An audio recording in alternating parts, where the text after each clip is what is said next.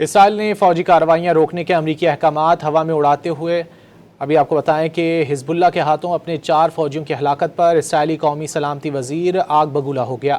اتمار بن گوئر نے ہرزہ سرائی کرتے ہوئے کہا کہ پورے لبنان کو جلا دینا چاہیے۔ صہیونی انتہا پسند وزیر نے ایکس پر جاری بیان میں کہا کہ امریکیوں سے بڑے ادب کے ساتھ اسرائیل کو پوری دنیا کو بتا دینا چاہیے کہ اس کی فوجیوں کی جان اور سیکیورٹی پر کوئی سمجھوتا نہیں ہوگا۔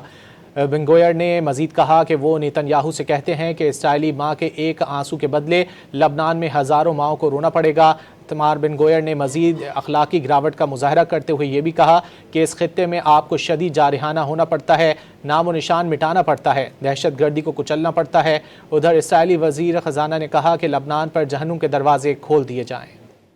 اسرائیل نے فوجی کارروائیاں روکنے کے امریکی احکامات ہوا میں اڑاتے ہوئے ابھی آپ کو بتائیں کہ حزب اللہ کے ہاتھوں اپنے 4 فوجیوں کی ہلاکت پر اسرائیلی قومی سلامتی وزیر آگ بگولا ہو گیا۔ اتمار بن گوئر نے ہرزہ سرائی کرتے ہوئے کہا کہ پورے لبنان کو جلا دینا چاہیے۔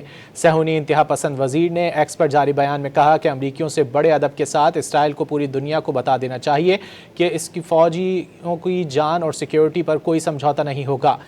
بن گوئر نے مزید کہا کہ وہ نیتن یاہو سے کہتے ہیں کہ اسرائیلی ماں کے ایک آنسو کے بدلے لبنان میں ہزاروں ماؤں کو رونا پڑے گا۔ اتمار بن گوئر نے مزید اخلاقی گراوٹ کا مظاہرہ کرتے ہوئے یہ بھی کہا کہ اس خطے میں آپ کو شدید جارحانہ ہونا پڑتا ہے، نام و نشان مٹانا پڑتا ہے، دہشت گردی کو کچلنا پڑتا ہے۔ ادھر اسرائیلی وزیر خزانہ نے کہا کہ لبنان پر جہنم کے دروازے کھول دیے جائیں۔